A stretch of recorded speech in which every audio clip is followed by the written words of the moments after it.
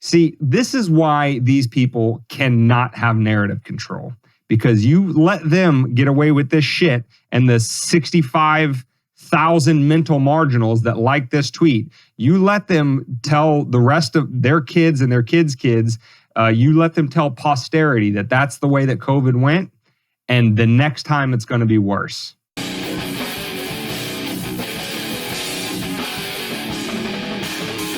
Into the meme destroying segment of today's show, we have a tweet from who knows? I didn't even click on this person's Twitter account to see if they have more than like 6 followers. But the reason why we're pulling this out is this tweet. Well, I guess they must have more than 6, because this tweet that I'm about ready to read for you got 4,568 retweets. It got 1,203 quote tweets, and it got 65,000 likes. So regardless of how big this particular Twitter account is, this sentiment is apparently shared by a lot of people, and it is one that needs to be destroyed roundly. Post haste. If you remember a couple weeks ago, David and I talked about how important it is for the lefties would love this, the right side of history to get right what we all lived through with COVID. Because if we let the regime mouthpieces and people like the dipshit that run this Twitter account, if we let them control the narrative on what we just lived through, they're going to make it sound like it was all, rainbows and unicorns for the last couple of years. So anyway, here is the tweet. And it is by, like I said, Awato Allen. The Twitter account is @JavaJiga. So, yeah, awfully close to getting canceled there. Whoa. Quote, I like when Americans pretend that we had a lockdown and it wasn't just you couldn't get takeout for 3 months. Well, that's one way to categorize the last couple years, if you're completely a disingenuous prick.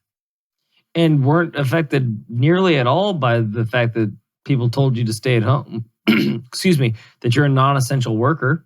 That business that you had handed down to your son and to your son's son, to this whole thing that was the lifeblood of your family's operating within this society, being able to afford and live and grow and nourish yourselves. If that was taken away from you because of government mandates, you might have a different viewpoint than this young man or woman or they, them, or furry, or whatever their pronoun of choice might be nowadays, who made this meme. It's very disingenuous. It doesn't seem like you are on your moral high ground, which I know you love to be on. And I'd suggest you take a quick look at thine own ass first before you start espousing any kind of disparity upon other people that may have viewed the lockdown slightly differently than you.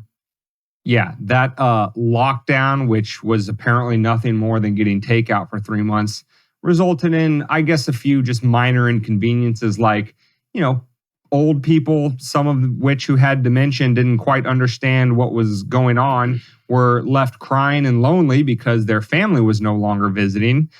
Some of them thinking, well, maybe my family doesn't love me anymore. And some of them completely aware that their family was being kept away. I guess that was just, synonymous with takeout not being allowed. Or what about the people who were sick with COVID in the hospital and had to die without their family there to comfort them? Or what about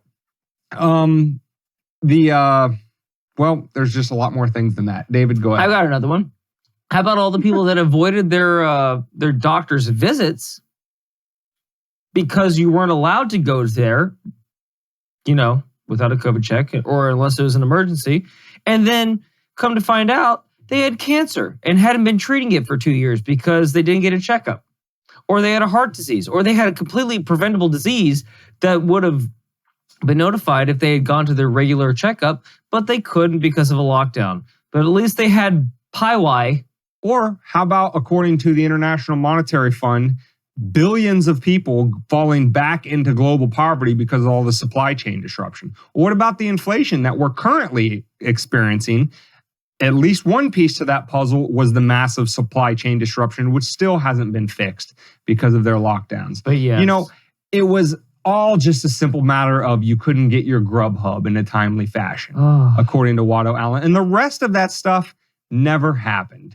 No inconveniences at all. And the regime apparatchiks who forced it on us, and people like this individual and everybody in the mainstream media who said, it's not that bad. What are you complaining about? Or you're mad about your freedom, right? Remember that when you complained about your freedom for the last couple of years, you were dumb for bitching about it.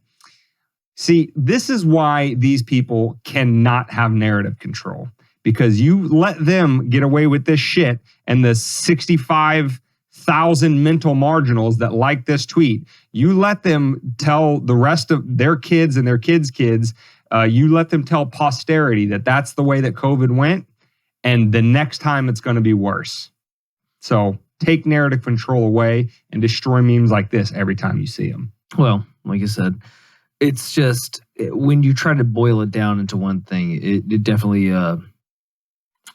cuts to the heartstrings of those that didn't have such an easy lockdown. And then, by the way, lest we forget, seeing as he brought it up, what was the average amount of weight that each American gained during the lockdown? I think it was like something like 3 pounds per month was the average. So what you're telling me is that not only did we lock down, but we became more unhealthy and more susceptible to the thing that we were locking down to stop and prevent. Interesting. So it seems like the lockdown shouldn't have happened in the first place, and it seems like you trying to justify it makes you look like, well, I don't know, a fucking asshole. To put it politely.